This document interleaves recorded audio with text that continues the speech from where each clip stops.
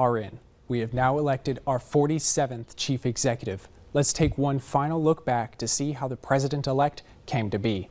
This is your countdown to 47. We now arrive at the once and future president, Donald J. Trump.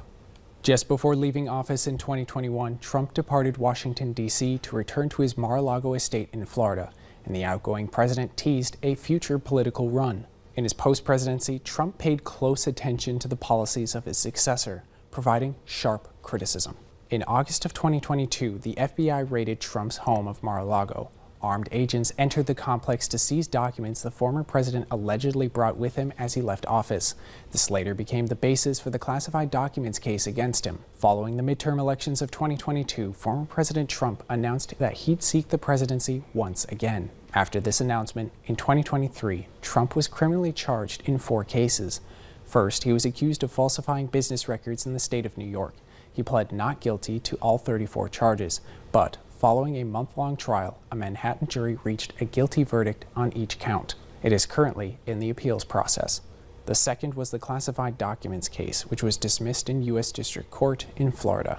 In the third case against him, Trump was charged for claiming fraud had affected the outcome of the 2020 election and was further accused of wrongdoing in relation to the events of January 6, 2021. In 2024, the Supreme Court ruled that a president, while in office, has immunity for any official act. This halted the progression of this case. The fourth was the state case in Georgia, in which Trump and 18 co-defendants allegedly attempted to interfere in the state's 2020 election results certification. This case led to his booking in Fulton County Jail and that now famous mugshot. The case's progression was indefinitely postponed when a conflict of interest related to the prosecuting attorney was revealed. In every case against him, Donald Trump has denied any wrongdoing. These cases were used as the basis for the push to remove Trump's name from the primary ballots in multiple states. However, in March 2024, the Supreme Court ruled that Trump could remain on all ballots. Trump fended off a dozen challengers and won enough delegates to secure the Republican nomination in the primary process. When President Biden did the same for the Democrats, a rematch election seemed inevitable.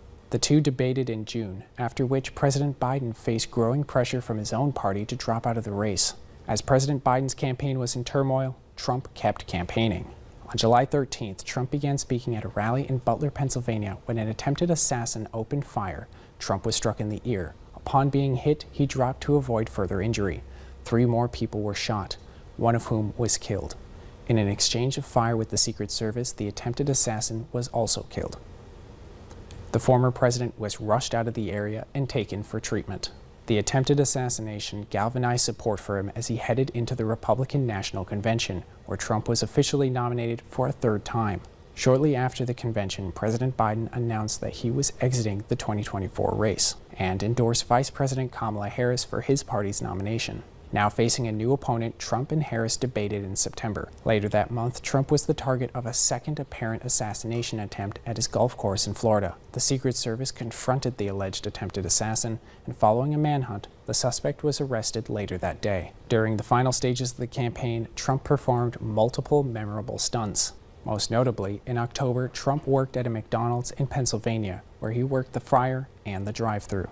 In the days leading up to the election, Trump heavily pushed his supporters to vote early, leading to a record turnout in early voting in some areas of the country.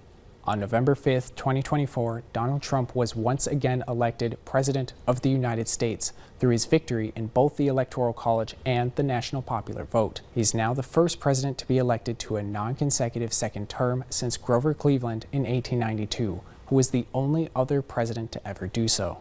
Beginning his upcoming term on January 20th, 2025, Donald J. Trump will serve as the 47th President of the United States of America. I'm Eric George for Valley News Live, and we have now finished your countdown to 47.